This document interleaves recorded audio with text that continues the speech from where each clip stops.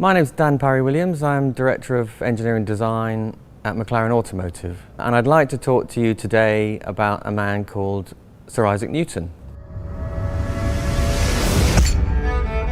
Sir Isaac Newton, who is considered to be the father of modern physics, gave us, crucially, his laws of motion. The second law of motion states F equals ma. F is applied force, m is mass, and a is resulting acceleration. And since everything we do at McLaren is moving, it fundamentally affects everything that we do.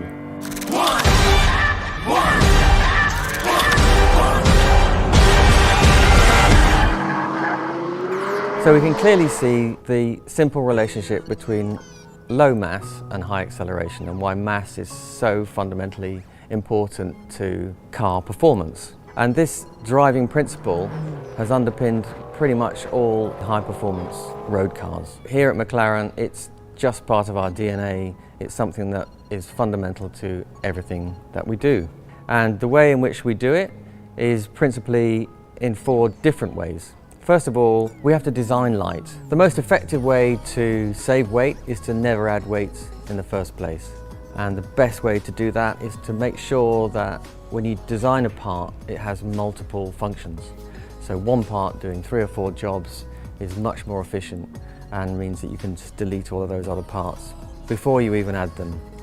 Secondly, advances in materials science and the application of new materials technology is really important. Thirdly, advances in simulation techniques. Computer simulation is now so robust, so reliable, that it more or less displaces most of the testing that used to be done. And finally, and probably most importantly of all, teamwork. Because in an increasingly complex world with lots of different people involved in processes, it's absolutely vital that everybody is pointing in the same direction, understands fundamentally what we're all driving for. This car represents a really good example of component integration. It's a McLaren Formula One car from 1969. And in the 1960s, the monocoque chassis was developed. Prior to that, race cars had a separate chassis frame. But here, the chassis is actually the bodywork. That's the structure of the car. It's riveted aluminium, actually contains the fuel tanks as well, and the seat is incorporated into the structures. So in summary, this is a really good example of removing all of the extraneous parts, reducing the design to its essence, incorporating as much function into just one part. Another good example is the door of the McLaren Senna.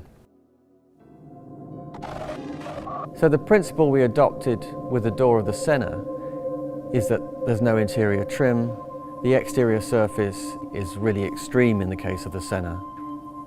The very short dropping glass means that we have a very small and lightweight glass lift mechanism.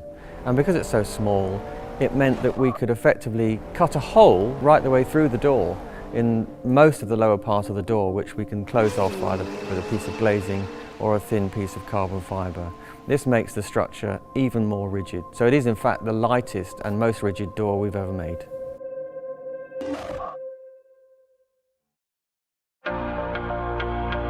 The suspension in the 1960s sports car is essentially fabricated steel.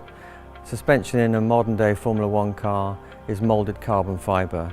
And even within the same component, parts of that wishbone, as we call it, is rigid, extremely stiff, extremely light, and part of it is flexible. So there is in fact no pivot that has to be bolted onto this wishbone. At the end of the leg of the wishbone, it tapers down to a thin section and it literally flexes. The first carbon monocoque chassis produced by McLaren was the MP41 in 1981, and the first carbon chassis road car was the McLaren 12C, and every car we've produced since that first car has a carbon monocoque chassis. So we've just been looking at suspension on a Formula One car. This is a lovely little object. It's a machine from solid titanium, a rear upper wishbone mount from a Formula One car of about 20 years ago. It's rather dinky, it's all pocketed out, so it's as light as it can possibly be, and titanium is an interesting material. Correspondingly, this is the wishbone mounting of a current McLaren road car. You can see there are similarities, the fixings here.